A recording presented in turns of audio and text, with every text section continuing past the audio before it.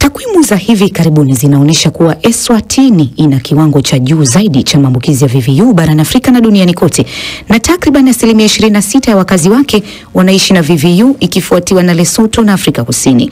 Hatua hii inakuja wakati hapo jana mkuu wa shirika la afya duniani WHO Tedros Adhanom Ghebreyesus alitoa wito kwa mataifa mengine kuongeza ufadhili katika programu za afya duniani baada ya serikali ya Marekani kupunguza ghafla misaada iliyokuwa ikiitoa katika sekta hiyo. Katika gumzo leo tunaangazia mazingira ya upatikanaji wa dawa hizo za kufubaza virusi vya ukimwi hapa Afrika Mashariki na mikakati ya mamlaka.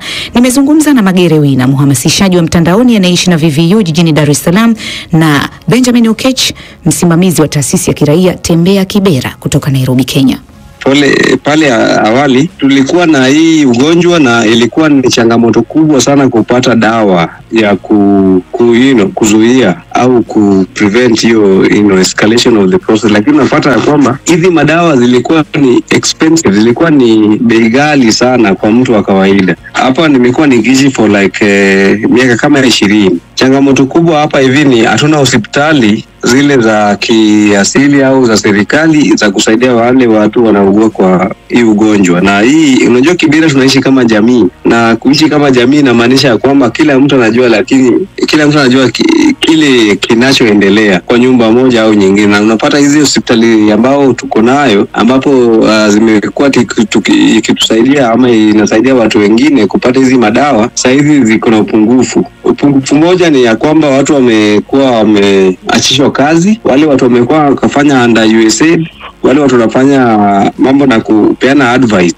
Unapata wale watu wanaishi kwa inaitwa PrEP au ndio wanapatia watu jinsi venye unaweza ishi, yani hata kama ukiwa na ukimwi venye unaweza ishi na kama watu wengine tu kikawaida. Lakini unapata kwa sasa hao watu wamefukuzwa kazi. Bwana Magere, wewe umekuwa ukitumia mitandao yako ya kijamii kujitangaza kuhusu hali yako. Unasema kwa zaidi ya miaka 20 umekuwa ukiishi kwa kutumia dawa za kufubaza virusi vya ukimwi, lakini hujasita kushirikisha watu wengine elimu na umuhimu wa kutumia dawa hizo. Kusitishwa kwa misaada ambayo itaathiri moja kwa moja sekta ya afya, ikiwemo maeneo yenye maradhi kama malaria na hata virusi vya ukimwi. Jambo hili linapokelewa vipi katika harakati zako? Kwa kweli hali kwangu mimi naweza nikasema kuwa ni tete. Sasa ukizingatia kwa kuanzia kwetu Tanzania mpaka hizi nchi zinazotuzunguka, takriban miaka kadhaa imepita, tulikuwa tumekumbwa na janga la corona, na wengi tunafahamu namna ambavyo corona iliweza kuathiri uchumi wa nchi mbalimbali, especially hizi za kwetu ukanda wa kusini mwa jangwa la Sahara, Tanzania ikiwemo, Kenya, Uganda na hizi nchi nyingine za Malawi. Kwa mpaka saizi ndio kwanza kabisa viongozi wetu na serikali zetu zilikuwa ziko kwenye hali ya kujitafuta, na haijapita muda mrefu limekuja tena kutokea hili jambo jingine la rais wa Marekani kuweza kufunga misaada.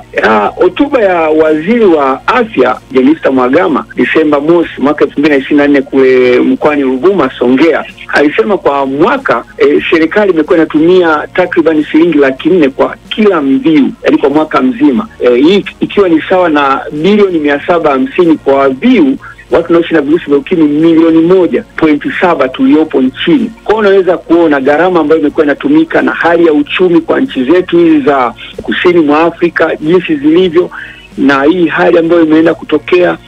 Kwangu mimi naona hali ni tete, na tunaendelea kupiga kelele kupitia mitandao yetu ya kijamii, kutoa elimu kwa serikali pia kwa wadau mbalimbali. Magere, unazungumza sana na watu wanaoishi na virusi vya ukimwi na hata wanaotumia dawa kama wewe.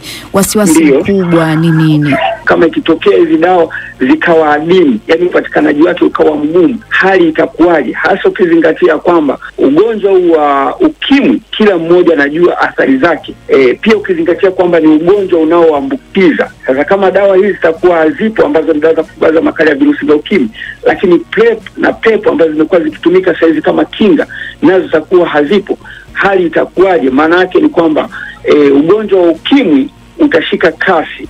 Benjamin, mara kwa mara tunasikia kwamba mashirika sio ya kiserikali na hata ya kiserikali vile vile wakati mwingine yakishutumiwa kwa matumizi mabaya ya misaada wanayoipokea. Hili unalizungumziaje? Kusema ukweli imekuwa ni changamoto kubwa, kwa sababu ukiangalia saa hizi Kenya tunataka kitu kama 13 billion shillings kusustain tu hao watu hadi kupata madawa. Hii ni minus hizi janga zingine kama malaria, tuberculosis bado haujatilia maanani hapo. So unapata hao watu wakijitoa kutupatia usaidizi inaturudisha pale ambapo HIV ama na virusi za ukimwi ilitokea, ambapo watu hawange afford. Unaona sasa mataifa ya Kiafrika yako tayari kujitegemea yenyewe? Ndio, tunaweza tukajitegemea sisi kama Waafrika. Ukiangalia hata Afrika Mashariki tukiungana tu venye wanasema tumeungana, alafu tupate wataalamu, sisi wenyewe tunaweza, si lazima tutegemee Amerika ama hawa international communities kutupatia hizi madawa. Tunaweza labda ikiwa kama viongozi wetu wataweza kusimamia vizuri budget ya serikali, wataweza kusimamia matumizi mazuri, lakini pia watajikita kuzalisha wataalamu wa ndani na kuwawezesha, naamini tunaweza tukafika huko. Japo inaweza ikachukua muda, lakini naamini kama tukiamua tunaweza tukafika huko. Nini hatma ya wengi? Wanakuelezea nini hasa kwa hapo Nairobi unapozungumza nao wale katika kituo chako? Asante. Hapo juzi nimekuwa na rafiki yangu ambaye anaishi na ugonjwa ya HIV, na unapata ya kwamba amekuwa akipokea madawa kwa hizo hospitali ambao wamekuwa wakifadhiliwa na USAID. Na sasa venye alipoendea dawa aliambiwa kwanza angoje, yani arudi siku fulani, yani siku hadi zimebadilika, kwa sababu alikuwa anaendea madawa kila Jumamosi, lakini sasa hivi anaambiwa angoje simu atapigiwa kama dawa iko ready.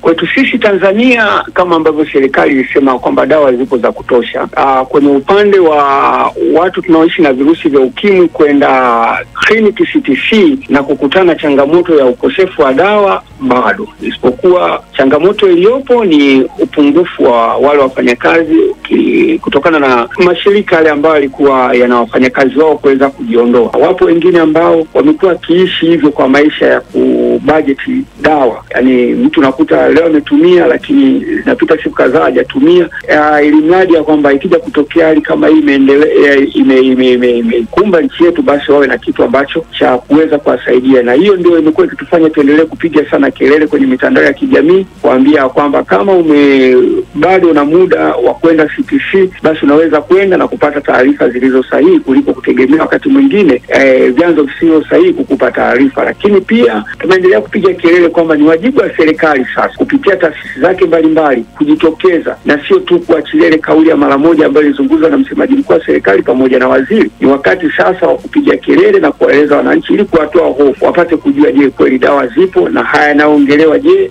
yapo na yataendelea kudumu au yatatokea, ili kama hayatatokea uhakika upo, basi waendelee kubaki kwenye mstari ambao tulikuwa nao hapo awali. Ni Magere Wina, mhamasishaji wa mtandaoni anayeishi na VVU jijini Dar es Salaam, na Benjamin Okechi, msimamizi wa taasisi ya kiraia Tembea Kibera ya Nairobi, kama nilivyozungumza nao katika